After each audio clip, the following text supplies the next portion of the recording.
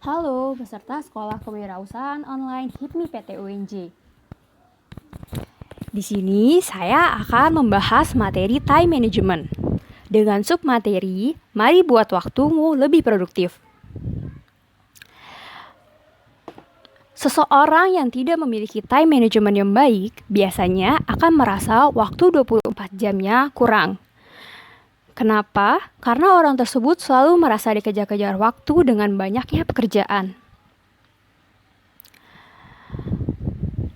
Seseorang yang tidak memiliki time management yang baik biasanya akan merasa kelelahan dalam bekerja, burnout, stres, memiliki kinerja yang buruk, merasa penat, dan sibuk yang bukan produktif. Loh, memangnya sibuk itu bedanya apa dengan produktif?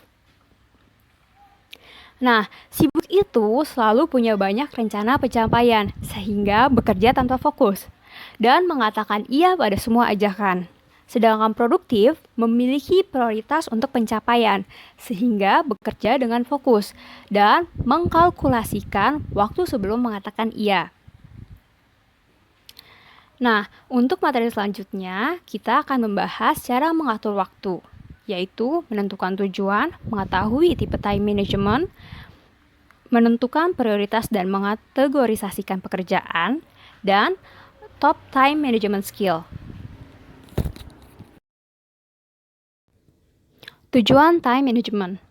Tujuan adalah awal yang efektif untuk time management yang berperan sebagai sebuah kompas untuk menunjukkan hal apa yang memerlukan konsentrasi dan waktumu. Tujuan berdasarkan kepentingan. Menurut Harvard Business Essential, yang pertama adalah critical goals, yaitu tujuan akhir dan paling penting yang ingin kamu capai. Contohnya, jika kamu seorang mahasiswa adalah menyelesaikan studi 3,5 tahun dengan IPK sebesar 3,8.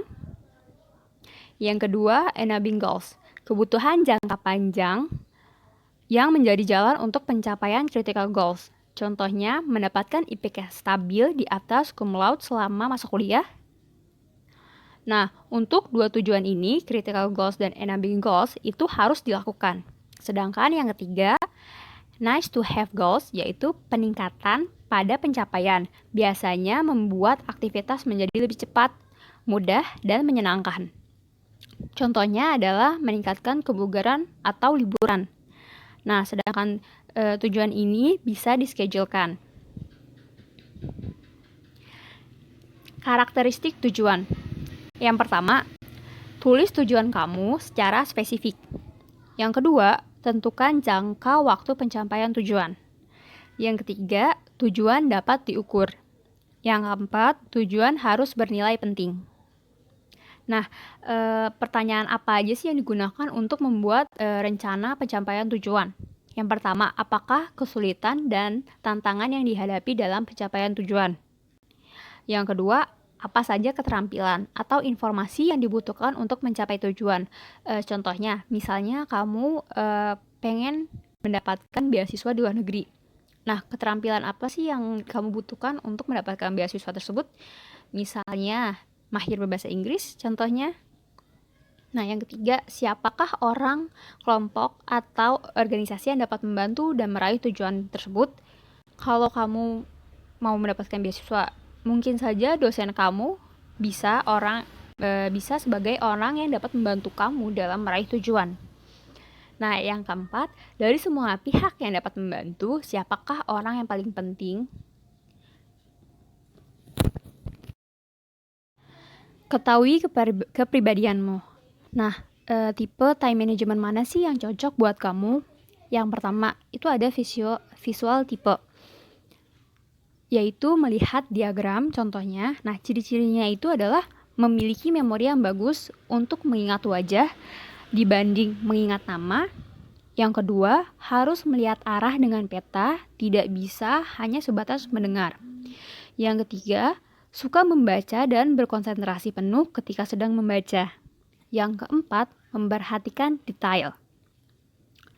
Yang kelima, cenderung kesulitan menangkap informasi melalui percakapan.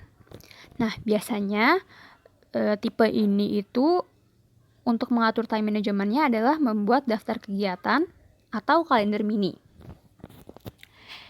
Yang kedua, kinestik atau tactical tipe. Biasanya itu indera sentuhan atau gerakan untuk mempelajari sesuatu. Nah, ciri-cirinya adalah yang pertama, cenderung tidak bisa diam dalam jangka waktu yang lama. Yang kedua, mudah terganggu dan kehilangan fokus. Yang ketiga, menyukai aktivitas yang melibatkan gerakan tubuh. Yang keempat, kadang kesulitan dalam menulis, tetapi pandai dalam bercerita. Yang kelima, mudah kehilangan minat terhadap sesuatu. Nah, melihatnya dengan kalau misalnya kita lagi sedang bekerja itu bisa juga kita break sejenak untuk peregangan agar produktivitas kita lebih meningkat. Nah, sedangkan yang ketiga, auditory.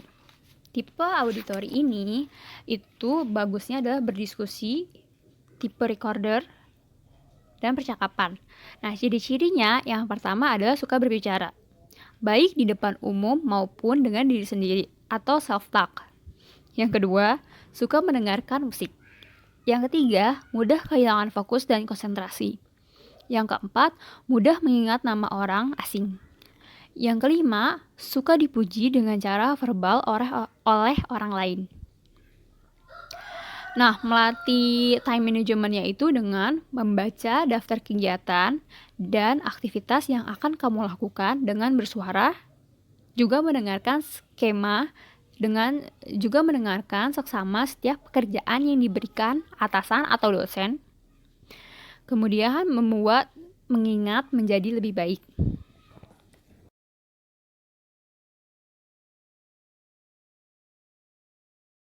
Menentukan prioritas. Metode yang dapat digunakan untuk menentukan prioritas ada 3. Yang pertama adalah the law tree, yaitu menentukan 3 pekerjaan yang paling berpengaruh terhadap karir dan bisnis. Yang kedua, mengetahui prioritas pekerjaan berdasarkan sumber dana terbesar bagi organisasi atau pekerjaan yang memberikan pengaruh terbesar dalam misalnya pendidikan atau perusahaan kita.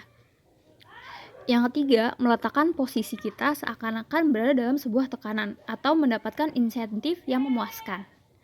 Nah, hal ini tuh akan membuat kita dapat mengerjakan pekerjaan dengan lebih cepat karena kita jadi memiliki lebih semangat.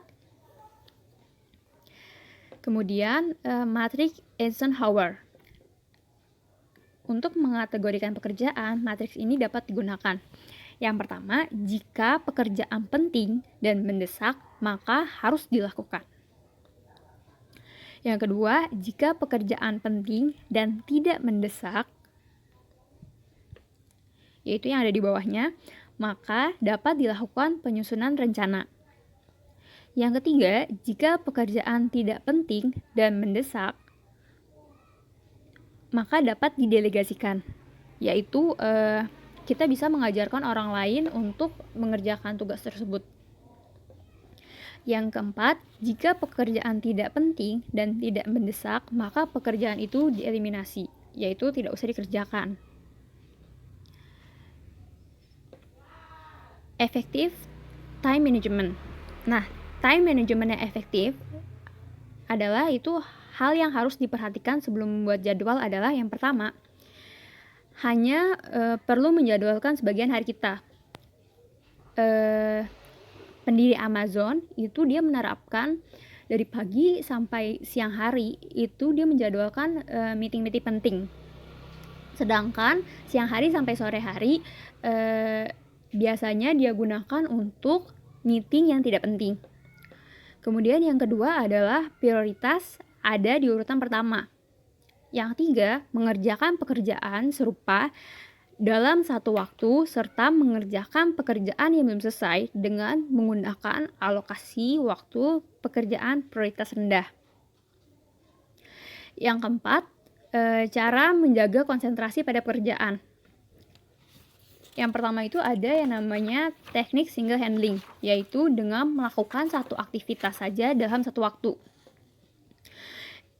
ini tuh mengefisiensikan waktu kita, karena biasanya kan kalau misalnya ada suatu aktivitas kita mengerjakannya misalnya dalam 2 waktu atau 3 waktu, berarti kan kita harus 3 kali fokus. Sedangkan kalau misalnya kita mengerjakan satu aktivitas dalam 1 waktu, berarti kita cukup sekali fokus. Sehingga waktu kita lebih efisien dengan teknik single handling ini. Yang kedua adalah tips multitasking, yang dapat diterapkan antara lain dengan memilih pekerjaan yang masih berkolerasi, memisahkan file dan folder untuk tugas yang berbeda, serta membuat checklist berisi progres pekerjaan yang belum selesai. Nah, yang ketiga, menjaga kerapian meja kerja. Jika meja kerja rapi, maka seseorang itu akan lebih tenang dan tidak emosional, dan perhatiannya tidak mudah teralihkan, serta dapat memproses informasi dengan lebih mudah.